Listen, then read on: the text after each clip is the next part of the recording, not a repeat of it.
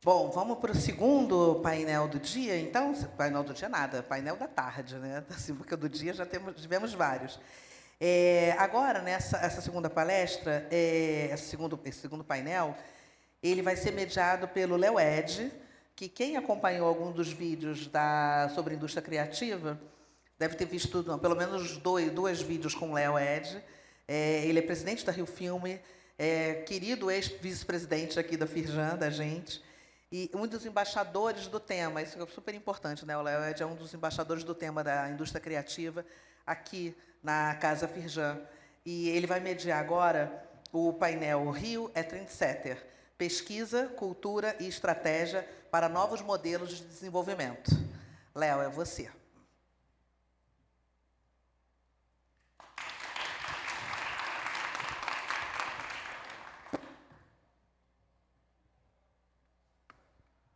Eu adorei que até o sol veio na hora certa, né?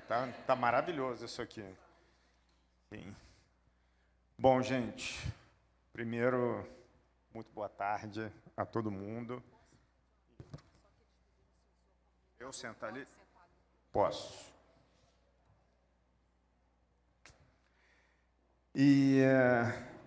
Bom, é um prazer. Primeiro eu vou ficar em pé, porque senão vai ficar de costas aqui, não é bom não.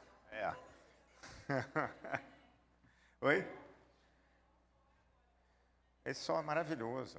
É bom para a pele, é bom para tudo. Tá ótimo. Soft power total.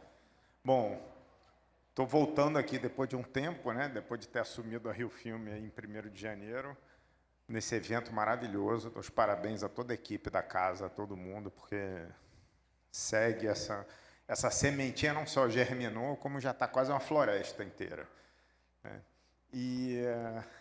E aqui hoje a gente vai falar com duas pessoas super parceiras, né, que é a Adriana e o Marquinhos. Podem subir aqui, eu vou ler a descrição de vocês.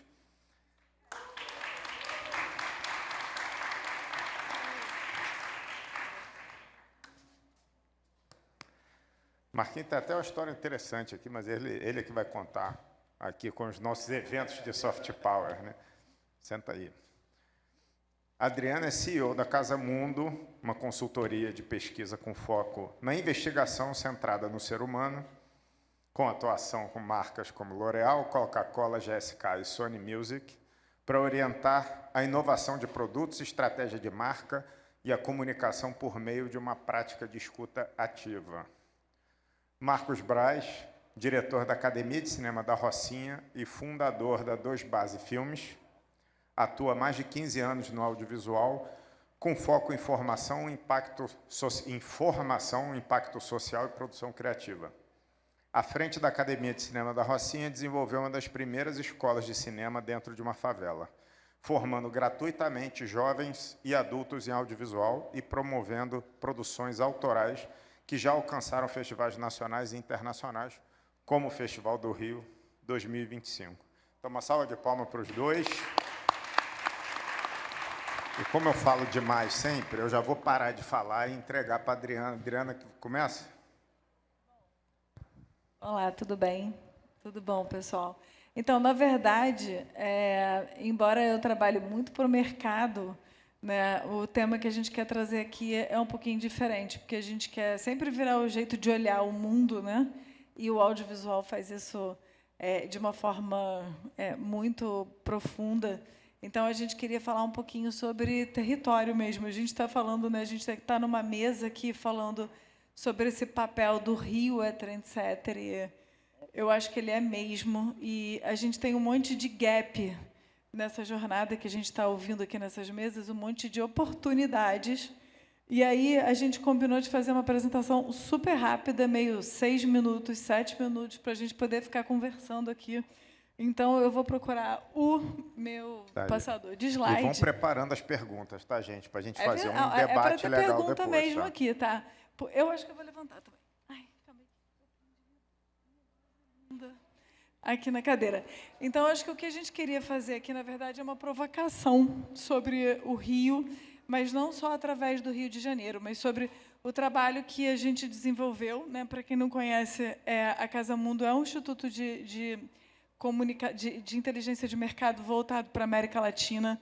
Esse projeto foi um projeto desenvolvido com a nossa parceira Fátima Rendeiro, que acompanhou bastante essa jornada. E o que a gente queria falar sobre esse projeto, que a gente ficou batendo cabeça, pensando como é que a gente faz para trazer alguma coisa relevante, pensando em Rio de Janeiro, pensando em cidade, mas também que conecta com marca, que conecta com negócio, mas de um jeito diferente. Então, acho que assim, toda cidade, né, ela é um sistema, é um organismo vivo. Vocês que são do audiovisual sabem que vocês sentem a cidade ali, em cada cena, em cada gravação. Então, a gente queria entender muito esse campo simbólico das transformações, né? Como é que a gente faz essa transformação que a gente faz, às vezes, através de um briefing de uma marca, que foi o caso que o Rodolfo trouxe do projeto do Rock in Rio, né, que, na verdade, nasce de um briefing da Malte 90, em 1985, né, onde chega um publicitário ali e vira e fala, pô, vamos fazer uma campanha para uma cerveja que era horrorosa?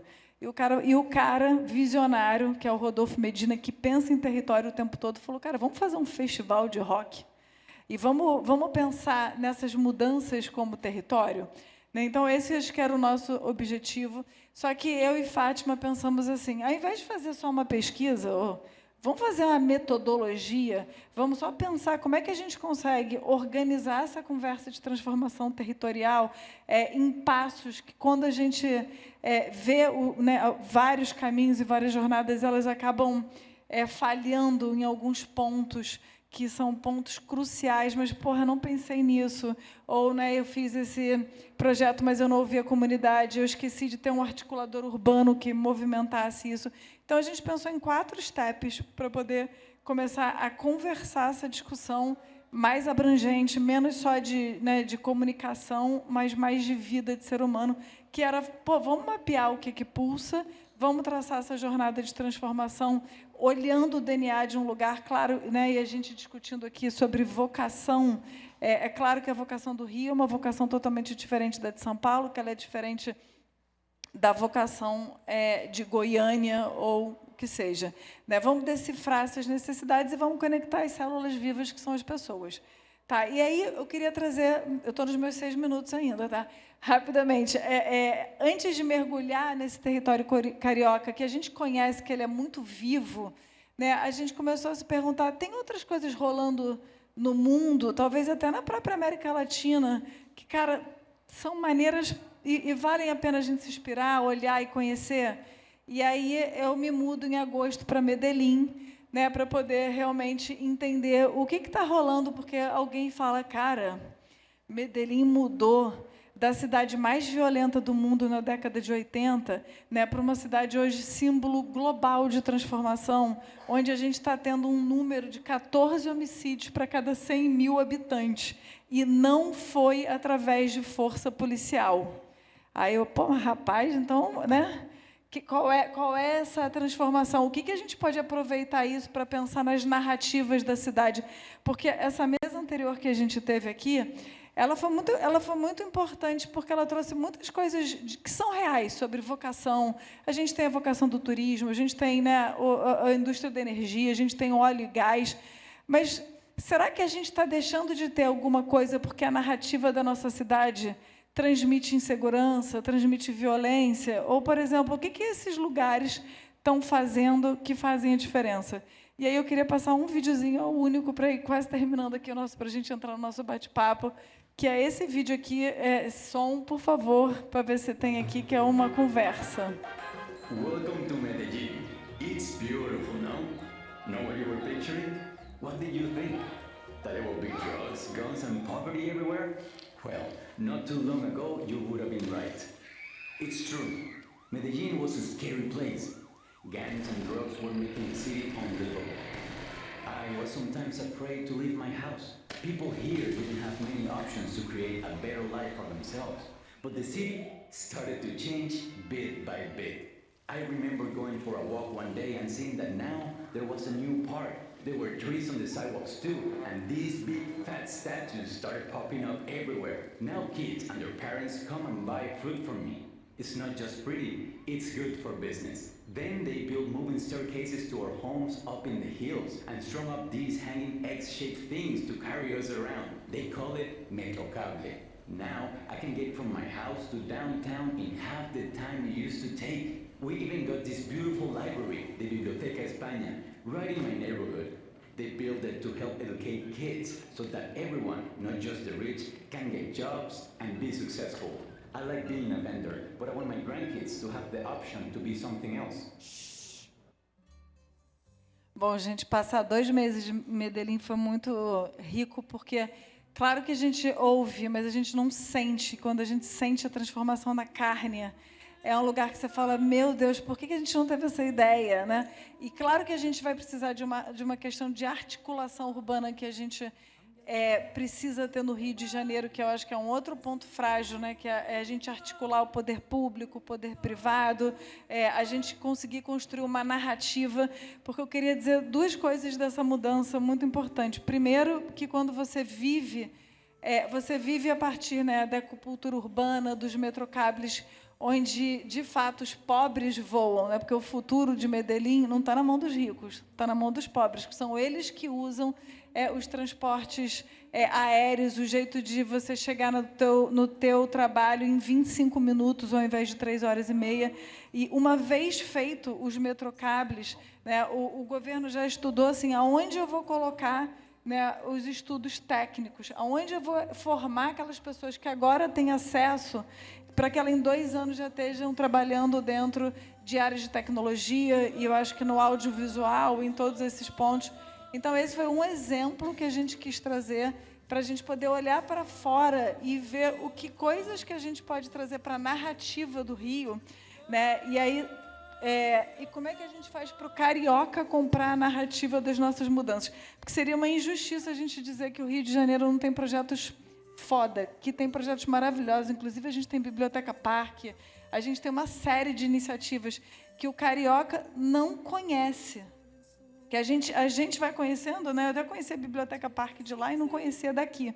Então, acho que a provocação que a gente queria trazer é sobre essa construção da narrativa carioca. O que a gente pode fazer para o Rio se tornar um lugar mais convidativo? Eu acho que o audiovisual é um gancho enorme para isso, mas a gente precisa pensar em estratégia. Então, só para contar para vocês assim muito rápido, né, é que desse trabalho nasce, que eu vou passando uns pontos, depois não esqueçam de olhar para Porto Rico, né, que a gente também tem o mesmo trabalho de transformação de cidade através da música, com Bad Bunny.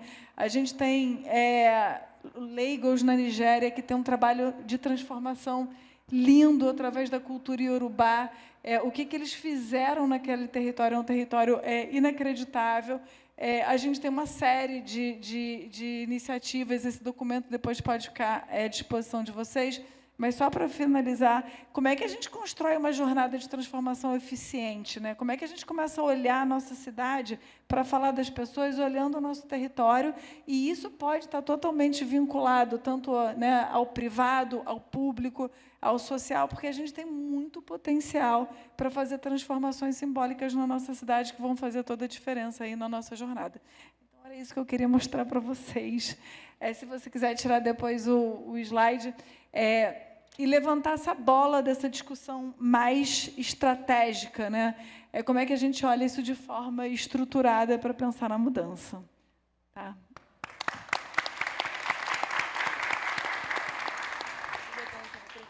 Maravilhoso, né? Obrigado, Adriana. Medellín é um caso, de fato, impressionante. Eu fui antes, eu fui depois. É um negócio que, assim, Está na pele. Tem que sentir essa vivência. E dá para fazer, né? Tendo visto o que era antes, assim, qualquer lugar pode se requalificar, né? Se transformar e tal. Eu acho que o segredo está no território, de fato. Que o território não tem diferença. Não é poder público, não é empresa privada, não é sociedade, é todo mundo junto ali. E essa questão da narrativa, de fato, o Rio de Janeiro sofre desde sempre com a narrativa negativa, um soft power reverso, né, que a gente falava muito. E aí já vou passar para o Marcos, para ele falar também, falando de território, né? Então, o Marquinhos vai fazer a apresentação dele, depois a gente abre um debate aqui. E não sei se tem uma apresentação no ponto. Tem. Vou ficar em pé também, pessoal. não ficar de costa para ninguém, né? Bom, pessoal, eu sou Marcos Braz, sou fundador da Academia de Cinema da Rocinha. A gente chama a Academia de Cinema da Rocinha um negócio de impacto social. A gente está no coração da favela. Eu conheci o audiovisual, eu já era adulto, já tinha 3 filhos, já tinha passado uma boa parte da minha vida enfrentando dificuldades absurdas. Eu posso dizer que eu sou o errado que deu certo. Cresci num momento muito complicado da favela, mas ainda assim não perdi a esperança. E vamos que vamos. Ah, cadê o passador?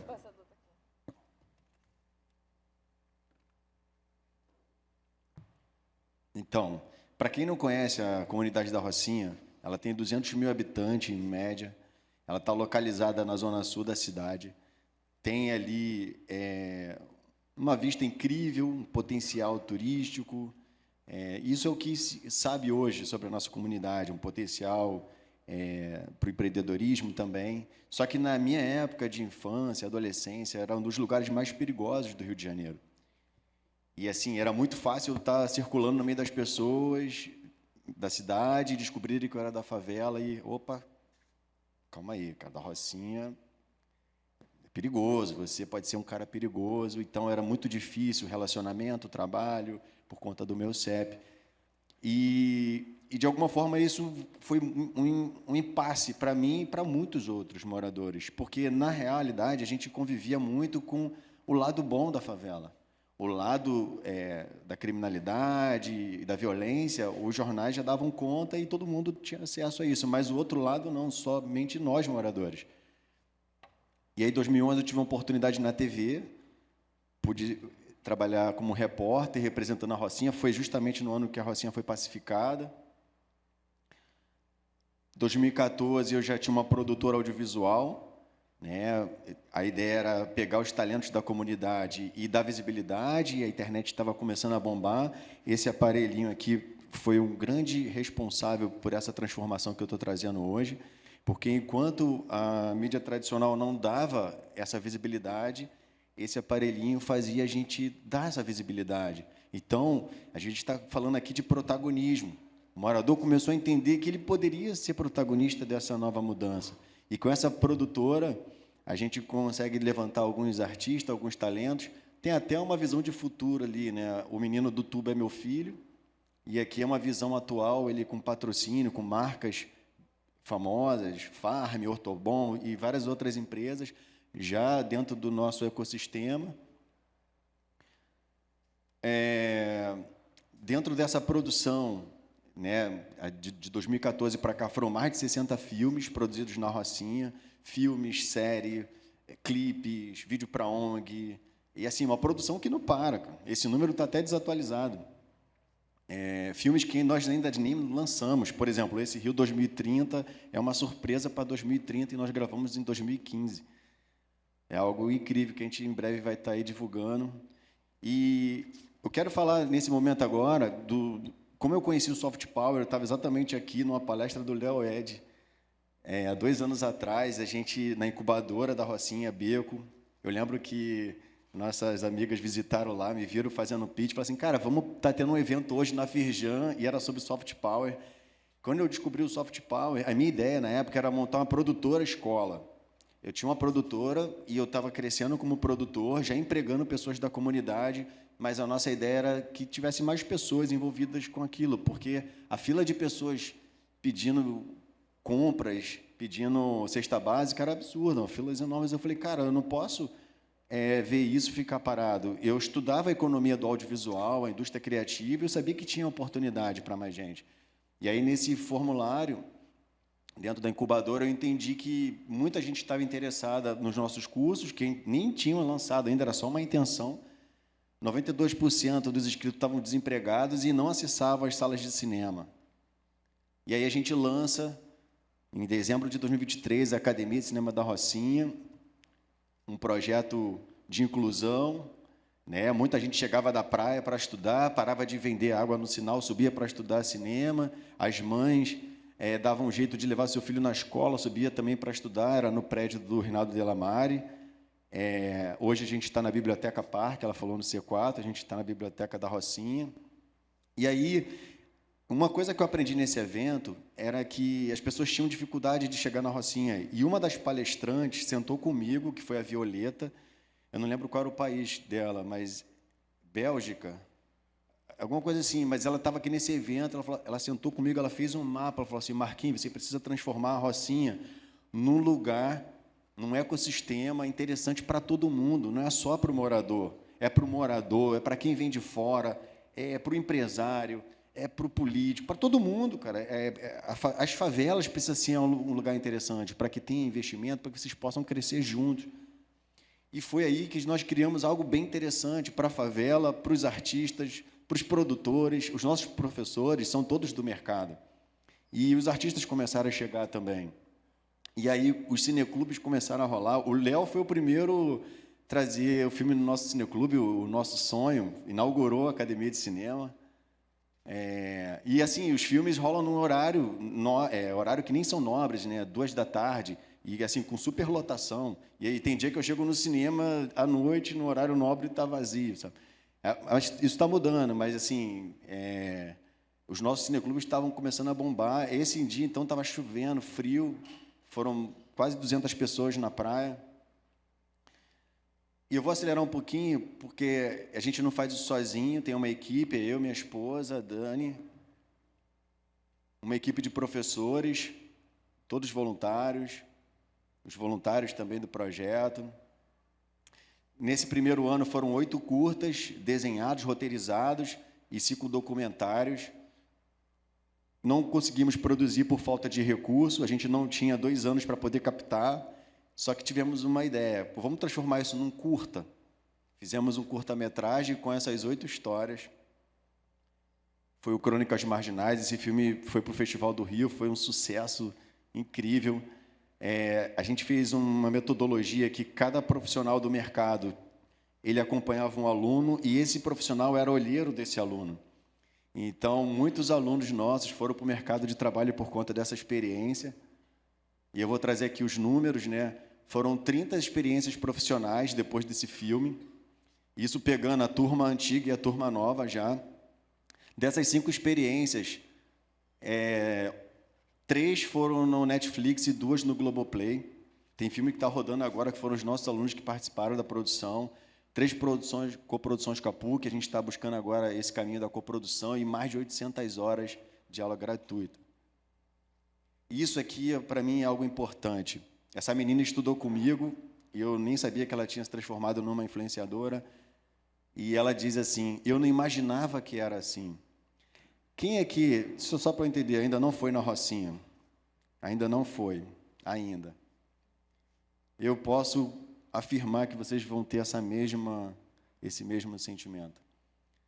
Essa cara que ela faz, assim, esse sorriso, de todo mundo que está subindo numa moto faz essa mesma cara, assim, caraca, que maneiro e tal. E isso, com certeza, impactou nesses números, né? A Rocinha com mais visitação turística do que o Pão de Açúcar e o Cristo. Eu tive acesso a esses dados e foi, assim, uma distância muito boa. E eu, hoje, montando essa apresentação, eu confesso para vocês que eu chorei, cara, de verdade, vendo as fotos dessas pessoas. São favelados, são artistas. Vou falar para vocês que são até poucos, perto do que, de verdade, estão ali impactando a comunidade, né? Os artistas da comunidade que estão na TV fazendo novela, essa menina aqui com um cachorrinho, uma fotógrafa sensacional, ela está rodando o mundo com exposição, esse ali do canto, ali, o Maxwell, ele tem um trabalho incrível, então tudo isso volta para a comunidade como uma potência gigante, uma potência, um diamante, cara, praticamente, que estava ali escondido só a gente que acessava, e agora o mundo inteiro pode acessar por conta desse aparelhinho, que ajudou a gente a quebrar barreiras. E os influenciadores nem se fala. O surfista lá que eu mostrei no começo, meu filho, assim, trazendo uma frente incrível com as marcas, Ludmilla, Anitta, muitos outros artistas, né? Essa marca aqui também, ó, Gabbani, né? Gabbani. Eu não sei nem falar o nome da marca, mas é famosa, Rabanne. E esse aqui é o nosso maior desafio, pessoal, é transformar a Rocinha num polo de cinema.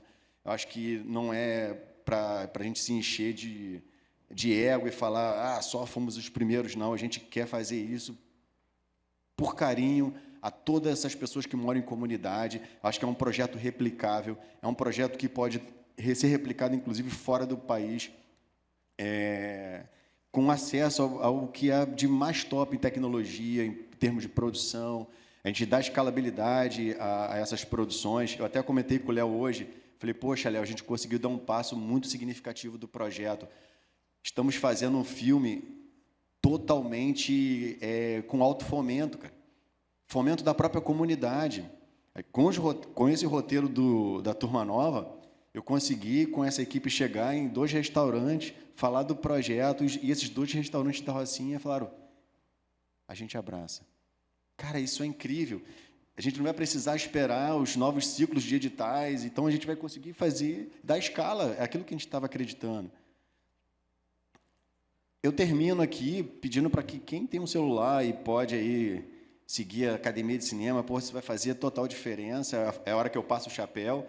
E se tiver aquele 1 minutinho sagrado, enquanto isso, se o amigo ele puder passar aí o vídeo, só para vocês entenderem que é audiovisual e tem um pouquinho do que está acontecendo, né, na Rocinha. Tem os destaques nos festivais de cinema, né, com o filme do Moisés, né, que é o surfista, e tem... deixa eu ver. Esse filme aí, ó, venceu o melhor roteiro aqui em Floripa e em Portugal esse ano. E é com a nossa realidade.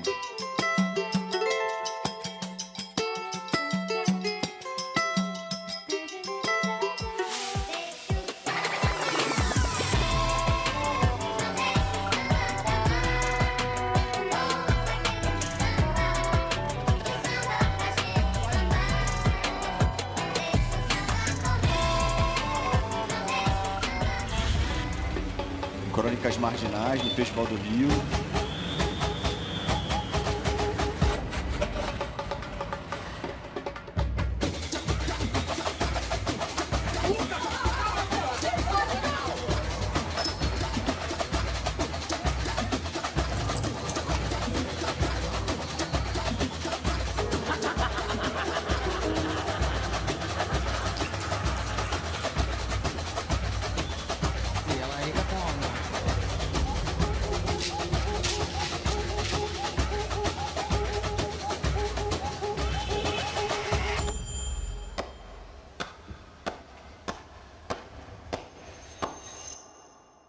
É isso, obrigado, pessoal.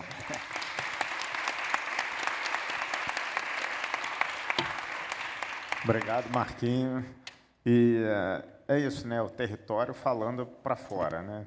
E não de fora para dentro. E a gente sempre discutiu isso. Tem um ecossistema gigante ali, econômico mesmo. A economia da favela é um negócio gigante, ainda mais da Rocinha, com 200 mil pessoas, com tantos comércios, tantos serviços que tem ali, tantas coisas.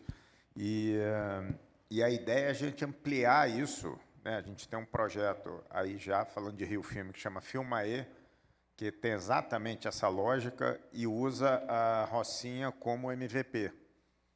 A ideia é a gente trabalhar com a Rocinha, que já tem iniciativa, para desenhar esse modelo e aí exportar para todos os territórios, não só as favelas, mas todos os territórios aqui no mundo que queiram, que é com isso que a gente vai conseguir ser sustentável. É isso. A gente normalmente começa no território pensando lá fora, né? A gente começa a pensar um projeto, a gente já pensa lá fora. A gente não pensa aqui do lado, quem é que está do lado da gente. Que é isso. Quando você vai se arrumando, quando você vai desenhando, quando você vai amalgamando ali as parcerias, você vai muito mais longe. É isso. E parabéns pelo projeto. Gente, vamos abrir para pergunta. Eu tenho várias aqui, mas eu vou deixar vocês fazerem primeiro. Quem quer fazer pergunta? Pode. Não, pode pegar, porque se deixar ele comigo... Obrigada, boa tarde. Muito obrigada aí pelo seu compartilhamento, e o seu também excelente. Eu tive a oportunidade de fazer trabalho na Rocinha já há alguns anos atrás, através de ONG, ali no Instituto Reação, E eu confesso, eu venho assim compartilhar um incômodo muito forte à época, voluntária, e conheci dentro do ambiente da comunidade também bolsões de alto poder aquisitivo. E como você citou, eu não vou precisar aguardar o tempo da licitação. Me incomodou bastante à época o grupo que ficou comigo, designado como baixa renda, ser um pessoal de poder aquisitivo superior ao meu. E eu te pergunto, essas pessoas que certamente você conhece, você tem algum plano de mobilização através de audiovisual da importância e da relevância desses bolsões de riqueza que podem ser pequenos dentro da comunidade para dar suporte a trabalhos maravilhosos de relevância para todos os envolvidos? Com certeza, e acho que o caminho é esse. Eu acho que cada comunidade pode ser sustentável, sim, mas a gente sabe que é um trabalho árduo, é um trabalho que é a médio prazo. Por exemplo, quando eu comemorei com o Léo hoje que consegui apoio desses empresários, isso de fato é uma grande conquista, porque não foi a primeira vez que eu pedi. Não foi a primeira vez que eu pedi em diversas outras situações. Então, se agora teve de fato, né, esse valor efetivo ali sendo investido, é porque realmente eles entenderam o valor. E eu também aprendi a fazer propostas melhores. Eu coloquei retornos no próprio filme, eu coloquei novas formas de agregar também valor para esse empresário, porque da forma que eu entendia antes, eu só pedia, mas eu não pensava também como é que isso pode ser legal também para o outro lado. Então, também teve um amadurecimento do meu lado, acho que não é só do meu lado, é do lado de vários outros empreendedores. Hoje a gente faz parte de um parque tecnológico, de inovação tecnológica na Rocinha, que é o Pista. Então, a gente está trocando muita informação, tem vários players na área, a PUC está envolvida, o Senai, tem muita gente envolvida, cara, o Sebrae. Então, esses empresários também fazem parte desse movimento. Então, tá mais interessante a comunicação, a troca, o avanço. Então, a gente já começa a falar de ecossistema de inovação. Perfeito. Essa é a inovação do território, né? É isso. Isso acontece muito e acontece aqui, né? Em tudo que é lugar. Ninguém dá apoio, não. Ninguém dá apoio. Isso não é só na favela, não é só no território. Ninguém quer dar apoio a cinema, audiovisual, não quer. Essa é uma triste realidade, né? Se não for por lei de incentivo, se não for por alguma coisa, não tem. Tem poucos apoios, né? De fato.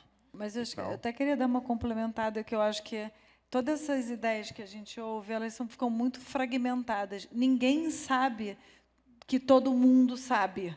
Né? Quando você está num projeto mais consistente, como o projeto que Medellín desenvolveu, todo mundo sabe o projeto que ele está fazendo, o que o Comuna 13 está fazendo, quais são, e isso gera uma força identitária que é mais local, o que a gente não tem aqui. Que talvez essa coisa da comunicação do Rio fica fragmentada em várias bolhas. Né? Você vai na bolha da Gávea tomar um chopp no Braseiro e ninguém nunca ouviu falar de nada do que a gente está falando. Então, eu acho que esse que é um ponto que talvez tenha sido da vivência, que eu vi lá e falei, gente, a gente precisa articular a comunicação das coisas maravilhosas que estão sendo feitas aqui e que, de alguma forma, elas ficam fragmentadas em conversas. E aí, por isso que elas não ganham força, né?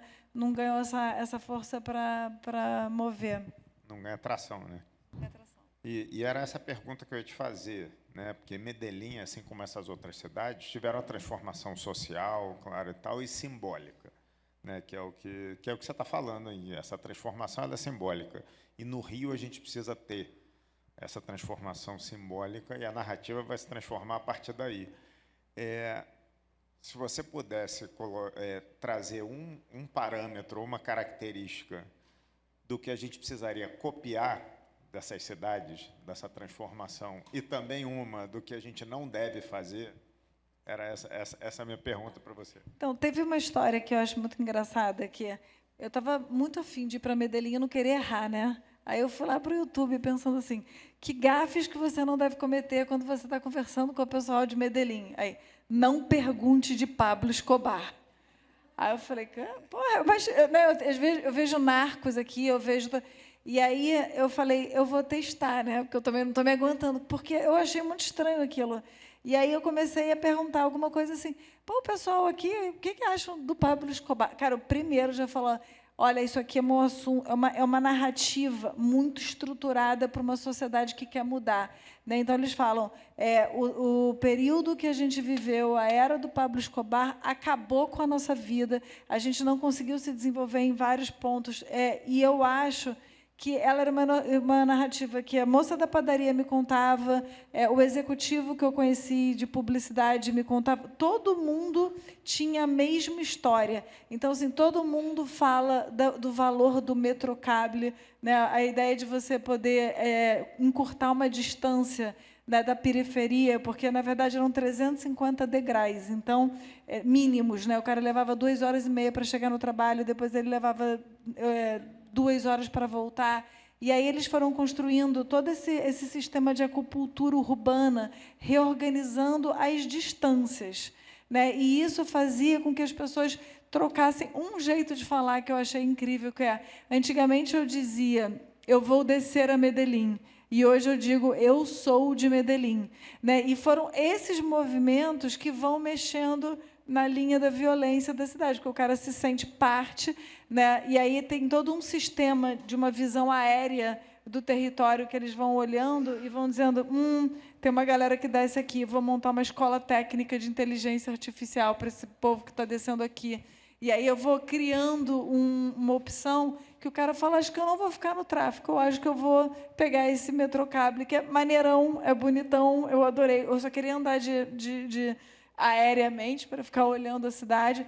E eu achei que, no final, claro que a mobilidade fez toda a diferença, mas ela só foi o passo 1. Né? O passo completo foi construir essa narrativa local. E um ponto que eu achei que também me causou muito foi, falei, agora eu vou subir essas escadas aqui da Comuna 13 para ver. E aí eu comecei a ficar apaixonada pela capacidade que eles estavam nos recebendo. Eu ainda pensei assim, será que isso não é uma invasão territorial, que eu estou lá, tipo, ocupando o espaço do cara? Será que isso não é uma apropriação do território deles? E para cada lugar que eu ia, alguém queria me mostrar uma michelada feita diferente, um jeito que eles criaram uma coisa diferente. A cultura, a criatividade deles, a cultura deles foi sendo colocada com orgulho. E aí você vê que tipo, não é exatamente o projeto de mobilidade urbana, é que aquilo foi pensado para a gente, né, para como você faz uma educação de 2 anos, que eu preciso tirar, dar a chance desse cara sair daquela condição para essa condição rápido, senão ele não se sustenta, ele desiste. Né? E como é que você começa a fazer aquilo ser apaixonante e ter muito valor.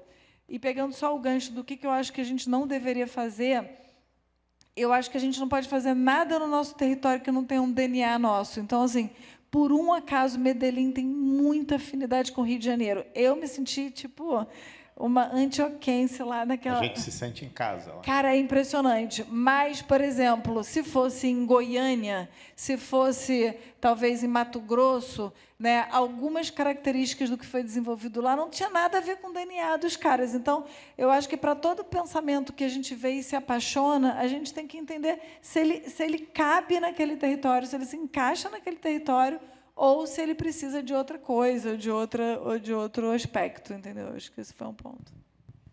Obrigado. Tem uma pergunta. Pode falar?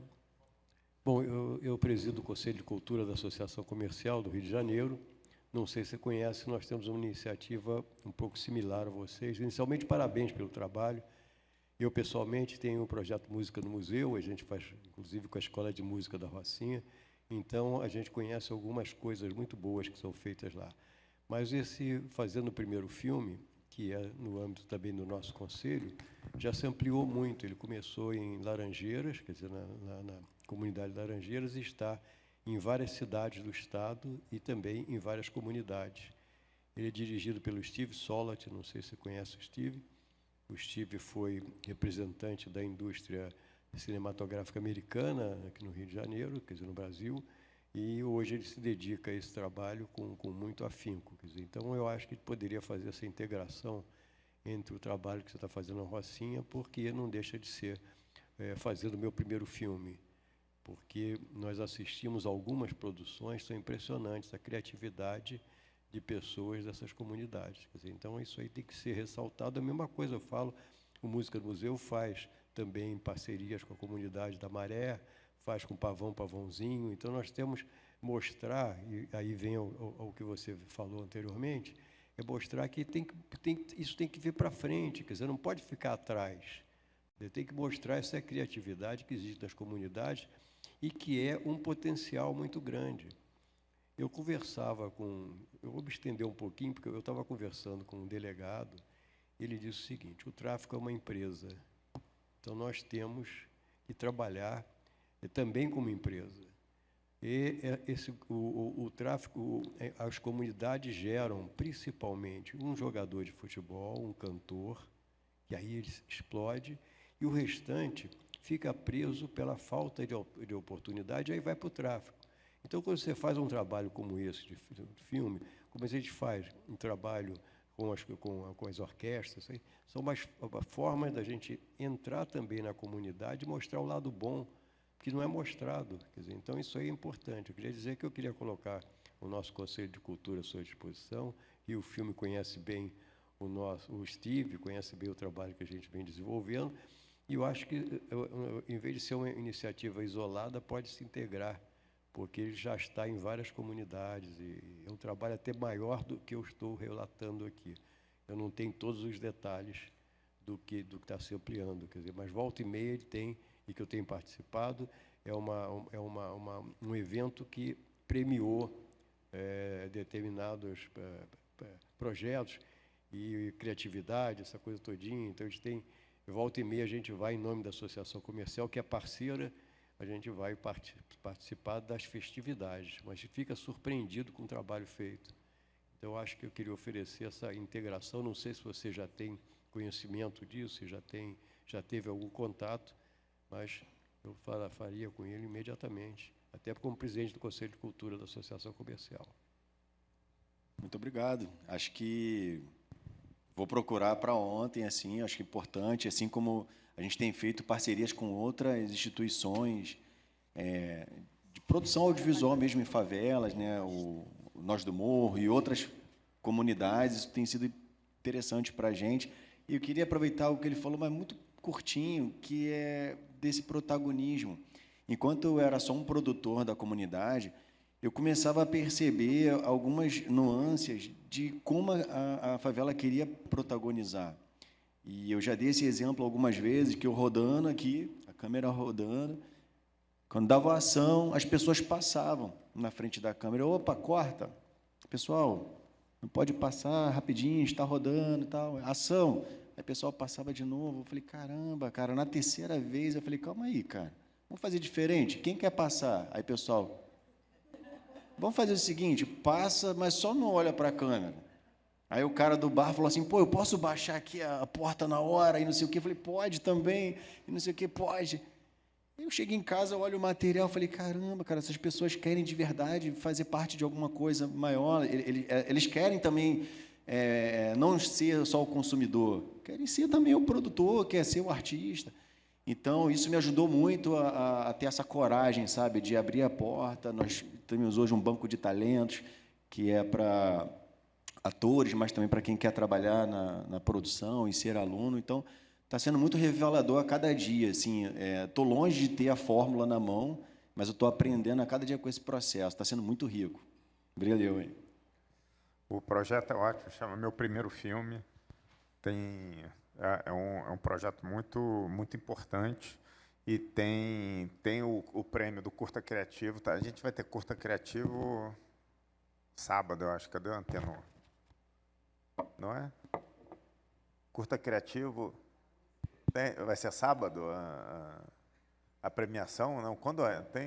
Foi agora, né? Foi semana retrasada agora.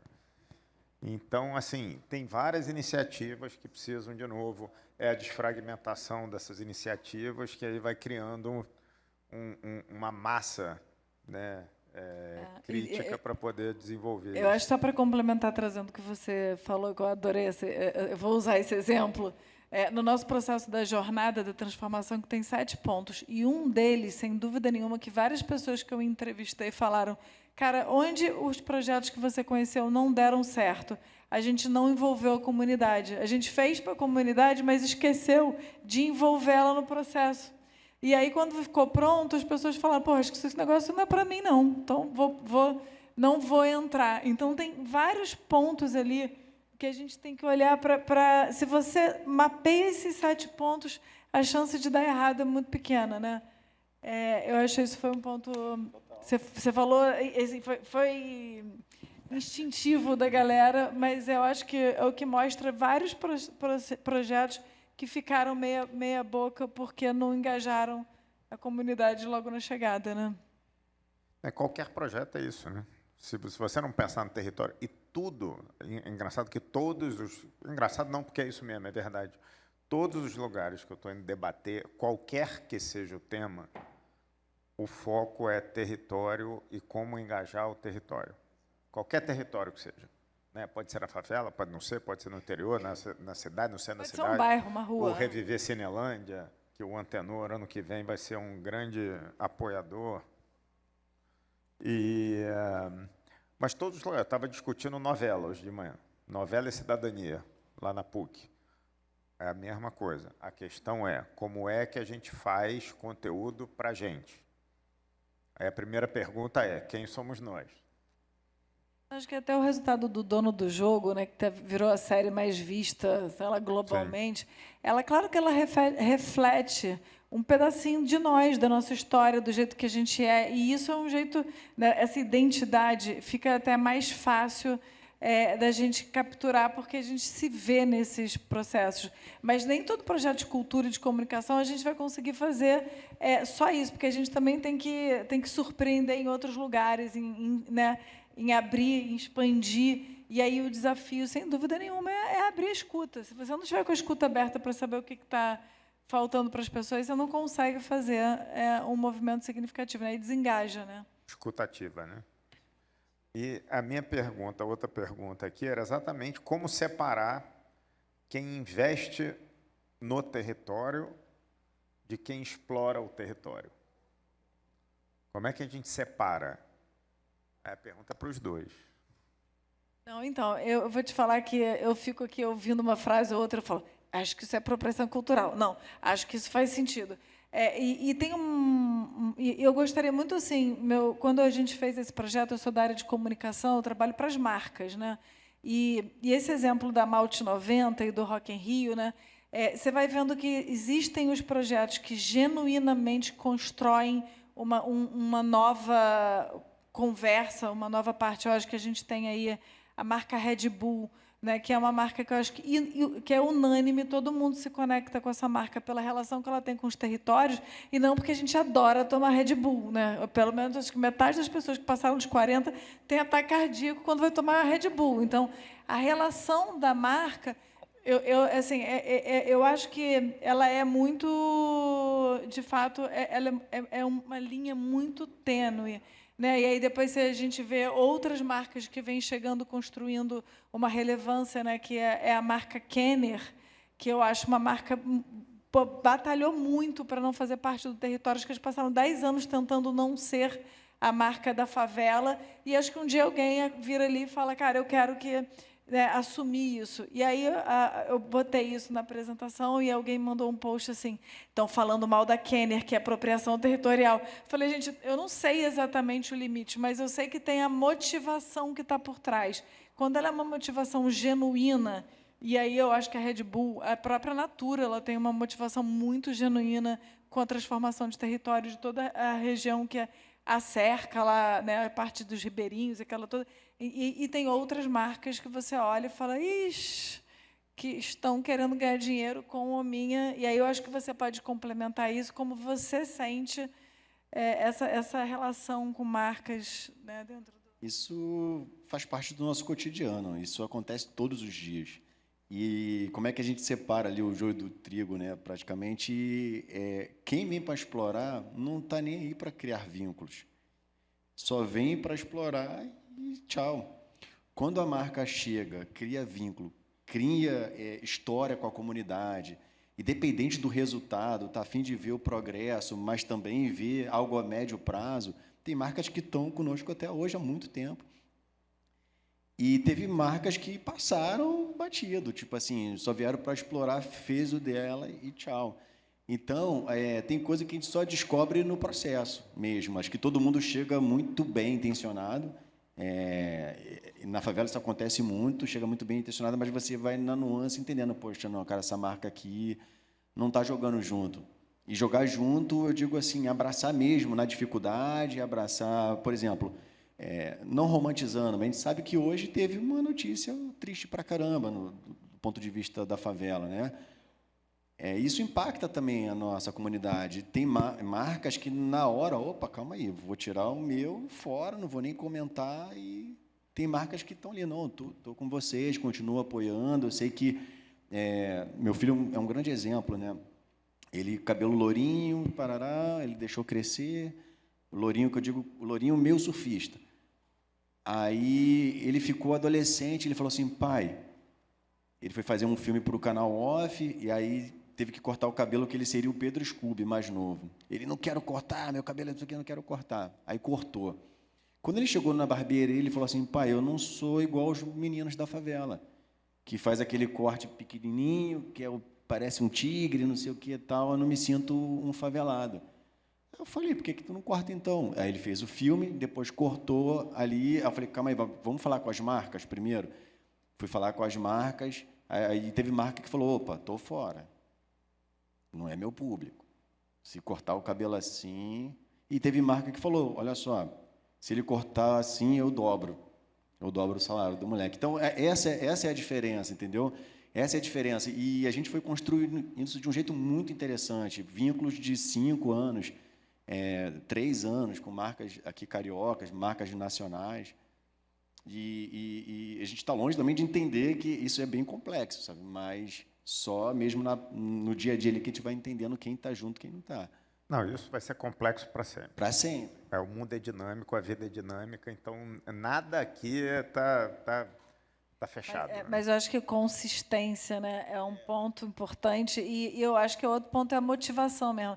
Você vê de cara quando uma motivação é tirar uma casquinha daquilo que está bombando, ou quando é uma construção mais... tem uma motivação mais real, assim. E eu acho que tem que ficar de olho mesmo, porque senão fica muito fácil, né? E aí, em vez de ser um projeto para a gente construir, é para extorquir, né? Ó, eu vou deixar... Eu não tenho que deixar, ainda está mais fechado. 2 perguntas. Vamos ver se o microfone sai. sai. Terminar, mas eu vou pedir para a gente fazer as duas e aí a gente responde junto. Tudo bem, gente? Meu nome é Yuri. Eu não sou do audiovisual, não sou do Rio, ainda não fui na Rocinha. Espero poder ir. Na verdade, não vou fazer pergunta. Vou aproveitar teu gancho que tu falaste que não tem... É difícil conseguir apoio. Tem uma iniciativa de Recife. Quem está com o Instagram na mão, eu quis falar isso não só para ti, Marquinhos, mas para todo mundo aqui que está acompanhando e acompanha a dificuldade de trabalhar com audiovisual, chama Novo Olhar, no Instagram, novo.olhar, e eles se denominam a plataforma de equipamentos gratuitos para jovens cineastas. Então, eles são uma locadora de equipamentos, eles têm relação com Canon, com Sony, com fios de filme, e eles criam editais para jovens cineastas, estão começando lá no Recife, João Pessoa e em Portugal, e eles querem vir para o Rio. Então, na verdade, sim, eu vou te conectar com eles, já passei o contato deles para a Júlia, está ali no WhatsApp dela, mas eu acho que tem que aproveitar, porque eles estão loucos para vir para cá, e está dando super certo, tanto aqui quanto em Portugal. Então, aproveitando esse gancho, não era uma pergunta, era só uma... Ainda bem que eu deixei, tá vendo? Obrigado, parabéns pelo trabalho, viu, gente? Ó, um dos pontos que eu tinha colocado, que não ia dar tempo de falar, vamos sair daqui cada um com uma aliança feita. Tá aqui, ó, a gente já fez, já tem uma ali, já tem outra ali, enfim, eu acho que já tem... Fala, tem uma última pergunta? Aqui. Bom, é compartilhado, é muito rápido. Primeiro, parabéns, Adriana, pelo trabalho. Eu queria saber se a gente quiser entender um pouco mais sobre a sua metodologia ou se aprofundar na pesquisa que você fez em Medellín. Onde a gente consegue acessar isso? E agora a Lê vai fazer a pergunta dela, que também tem a ver com isso. Boa pergunta, eu quero saber também. A segunda pergunta. Gente, boa tarde, obrigada por a tarde, estou aprendendo muito. Meu nome é Alessandra, eu sou professora da PUC Rio. Eu estou um pouco familiarizada com a história de Medellín, mas você me trouxe os novos olhares, né? Pelo que eu entendi, Medellín se apoiou em 2 pilares principais: educação e infraestrutura para se transformar. Na opinião de vocês, é esse o nosso caminho? Ou a gente tem alguma outra coisa mais brasileira, mais carioca, para a gente complementar esse caminho para a transformação? Na verdade, olhando esse trabalho que a gente viu 2 grandes buracos, não é nem tipo gap, um buraco. O primeiro deles a gente conseguia articular, né? O Rio de Janeiro tem uma questão de dificuldade de fazer os alinhamentos. Todo mundo tem um contato, mas ninguém consegue sentar, marcar reunião, fechar o negócio. E eu acho que esse é um ponto que a gente precisa, de fato, criar articuladores entre o poder público, o poder privado, entre as pessoas, entre as boas ideias. Eu acho que esse é um ponto. E o segundo dele, sem dúvida nenhuma, é a narrativa, porque o Rio de Janeiro é cheio de iniciativa incrível. Quando a gente começou a fazer essa pesquisa, e o projeto piloto era do Rio, a gente mapeou, a gente fez um projeto chamado Rio Além da Bolha, há 2 anos atrás, com o Grupo de Mídia do Rio de Janeiro. Ele foi até publicado na plataforma Globo do Gente, onde a gente mostra todas essas iniciativas que estão fora da bolha da nossa vida. Eram muitas, e a gente estava num palco mais ou menos do tamanho desse e perguntou quantas pessoas que vocês estão aqui já ouviram falar alguma delas. Teve uma moça que levantou: meu filho já foi no Galpão Ladeira das Artes. Pronto, ninguém mais sabia nada. Então, eu acho que o segundo ponto é que a gente precisa narrar a história que a gente conta, que a gente só narra as histórias de violência da nossa cidade. E a gente não narra, né? E aí eu acho que era uma boa provocação para o time que estava aqui também, anterior, é como é que a gente narra histórias positivas da cidade. Tá? Léo, eu quero aproveitar o meu privilégio de microfone. Tem todos. Eu queria só fazer um comentário. Que eu acho que como é que o Rio sustenta as iniciativas boas que se tem, porque Medellín já inspirou o Rio. Medellín inspirou o Rio na Biblioteca Parque do Centro, na Biblioteca Parque de Manguinhos, na Biblioteca Parque da Rocinha. Medellín inspirou o Rio no Teleférico do Alemão. E são todas iniciativas que elas nascem e elas morrem, elas viram ruína, né? Então, eu acho que a questão não é apenas implementar, mas como a gente sustenta a narrativa que a gente já faz. O Imagens do Povo faz isso, o Observatório da Maré faz isso, a Rocinha faz isso. Quando o Maxwell Alexandre fez o pavilhão dele na Via Ápia, na Rua Ápia, na Rocinha, ele integrou, dentro de uma galeria de arte, a paisagem sonora da Rocinha. Porque você entrava ali e você ouvia todo o barulho da Rocinha. Então, não é só como fazer, mas como sustentar o que a gente faz, e toda hora a gente recomeça como se tivesse partido do zero, né? Eu acho que essa é uma questão. O grande segredo, na verdade, é esse. Eu vou ter que terminar, gente. Sustentação também. Desculpa. Mas de sustentação, que Salvador é um exemplo de uma transformação de narrativa simbólica, né? A gente teve eles premiados, inclusive, como melhor destino criativo do mundo, entre várias outras premiações, isso nos 2 últimos anos, 2023 e 2024. Há uma mudança de secretariado, enfim, todas as questões que a gente enfrenta globalmente, aqui no Brasil em específico. Como sustentar essas mudanças de narrativa, essas reestruturações simbólicas? Então, Léo, desculpa, eu vou responder isso porque eu acho isso muito importante. Teve um ponto só na pesquisa que a gente ouviu, que era assim: você sabe que todo mundo quer cortar a faixa, né? Então, quando entra um governo, quando entra uma prefeitura ou um estado, está todo mundo querendo descontinuar o trabalho do outro. O que eu percebi em Medellín, que foi muito forte, é quando o povo compra aquela narrativa, aí o outro governo não tem condição de desfazer ou esvaziar aquele movimento. Por isso que a comunicação ele é um pilar central, porque a gente tem que dizer que é nosso. Lá em Medellín, todo mundo fala: a Biblioteca Parque é minha. E aqui na Gávea fala Biblioteca Parque, eu nunca ouvi falar no Rio de Janeiro, entendeu? Eu acho que esse é um ponto bem importante. Para mim é exatamente esse ponto. A comunicação gera o pertencimento, que aí gera a autoestima, que aí gera a continuidade, o cuidado com esses projetos. E isso só vai acontecer com a desfragmentação, porque aí você começa a juntar, igual um quebra-cabeça. Quando o quebra-cabeça já está quase pronto, se você puxar ele, é mais difícil das peças saírem. Quando você está ali num trecho, outro, você puxa, as peças vão embora. É a mesma coisa, gente. Se a gente se entender como sociedade e também parar de ficar só dependendo da administração pública, eu acho que o poder público tem que investir, tem que construir, tem que entregar. Mas se deixar com o poder público, a operação nunca vai dar certo, porque não é do poder público a operação. Não é. Inclusive, todo mundo fala, quando a gente vai nas secretarias todas, fala, eu te entrego pronto, mas eu fazer manutenção... Entregar pronto é muito mais caro, não é um problema de dinheiro. É um problema de processo, de manutenção. Eu fazer manutenção é impossível. A gente estava lá falando com o Niterói, a escola lá em Niterói. É a mesma coisa, entregar a cantareira toda pronta, lindo, restaurada, então custou uma fortuna. Mas manutenção mensal é impossível, porque o poder público não vai acontecer. E na hora que mudar a gestão, é isso. Eu não gosto disso, não. Então, para de fazer, eu vou fazer outra coisa. Enquanto esse tripé ele não parar em pé, do poder público, da sociedade civil e do empresariado, a gente não vai se estruturar. E tem uma coisa que a Adriana falou, para eu poder fechar, que eu acho que é uma das coisas mais importantes, que é a grande vitória, o grande problema do Rio de Janeiro, é que todo mundo tem contato com todo mundo. E ninguém faz negócio com ninguém. Por isso. A Joana tem que falar, gente. A Joana não liga esse microfone. Agora foi.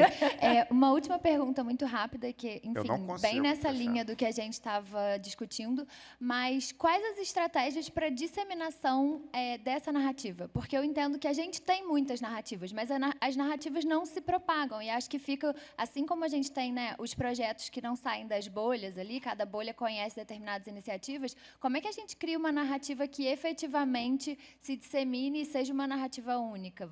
Não sei se você viu estratégias disso por lá, enfim. Eu acho que essa é a pergunta do milhão para o Carioca, porque o Carioca, no nosso trabalho, né, Fátima Rendeiro, de 2012, a gente foi tentar estudar o que era o Carioca. Aí o Carioca era o cara apaixonado pela própria cidade, né? E ele falava, né, muito narcisista mesmo, olhando para o próprio espelho e falando, nossa, o Rio é lindo, que maravilhoso, problemas, cadê? E aí a gente não conseguia construir essa articulação. Mas eu acho que cabe a esse time de mídia, de comunicação, de publicidade, de criar um trabalho, uma marca, ainda mais que é uma marca que está vendendo os produtos para todo mundo, está ganhando dinheiro, a Granado, a Lola, a Farm, está todo mundo ganhando dinheiro com o Rio, e a gente, que é o Rio, não está conseguindo se estruturar em torno dessa marca Rio de Janeiro, que eu acho que é o trabalho do soft power que a gente tem que ampliar essa voz, né? Parei. Um dos pilares, principal pilar do projeto Soft Power Rio é a comunicação, de fato. Gente, eu, por exemplo, ficaria aqui até semana que vem tranquilamente. Ainda mais nesse solzinho aqui, maravilhoso. Gente, muito obrigado a vocês, obrigado a todo mundo e bom dia. Obrigada, gente.